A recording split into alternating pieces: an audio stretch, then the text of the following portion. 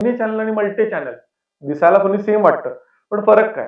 So multi channel म्हणजे आज Facebookवर तुम्ही जाहिरात बघितली, उद्या दुकानात गेला, पण त्या दुकानवाल्याला माहिती नाही की Facebookवर अशी-अशी जाहिरात चालू आहे आणि तिकडे काहीतरी तुम्ही डिस्काउंट ऑफर केला. याला मल्टी चॅनल म्हणतात, की वेगवेगळ्या चॅनलवर तुमची जाहिरात आहे, वेगवेगळ्या चॅनलवर प्रॉडक्ट अवेलेबल आहे, पण दोन्ही एकत्रितता नाहीये.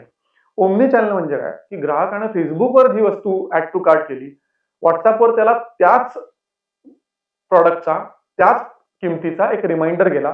दुकानात जाऊन वस्तू मागितली तर तिथेही तीच ऑफर होती. याला म्हणतात एकत्रित अनुभव. ओमनी चॅनलचे फायदे काय? तर कस्टमर रिटेन्शन चांगलं होतं. डेटा बेटर मिळतो तुम्हाला.